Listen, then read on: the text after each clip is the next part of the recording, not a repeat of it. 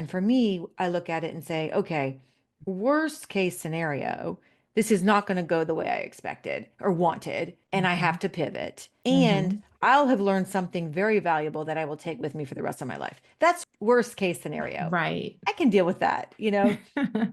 And Yeah. studies have shown worst case scenario generally happens 3% of the time. So, when I hear that and I think that, it's like, okay, I can't even let that be something that would be an obstacle to get in the Mhm. way of my dreams. And then I Mhm. work through the other ones on paper. And usually the fear of change, I really do try to put myself in uncomfortable situations because I think that's what it is. It's like we're not sure how we're going to respond to change and how even Mhm. good change. I see that all the time in Right. real estate. People moving for a good reason, but there's just this anxiety over change. But Right. the more it's a muscle, the more we put ourselves in unexpected or uncomfortable situations, the more confidence we have that we have resilience. It Mhm. may just be for me, I take a cold shower every morning. And I know because that makes me very uncomfortable. I live in Florida. I like the heat. I am very uncomfortable in cold. But I know if I do nothing else that day, today, Mhm. I will have put myself at least in that situation and I monitor my response. I know I can handle it. I can calm my nervous system down. I'm safe. Mhm. I'm okay.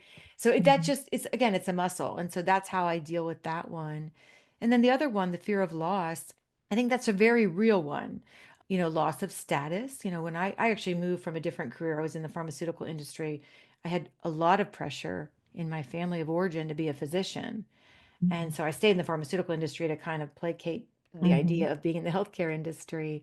But when I told them I wanted to be a realtor, wow, that knocked me down several notches in my family status because Mhm.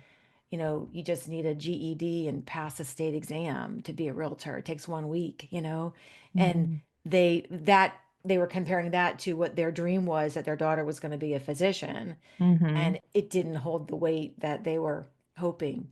So I think Mhm. that's a real one. You have to work on that. That's my ego talking, and my ego Mhm. suffered, but nothing happened to me.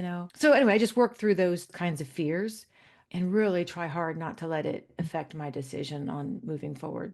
I love that. And thank you for doing that because that was going to be my next question to you is like, how can people start to free Mm. themselves? And you just walked us through like all the examples. And I really appreciate that.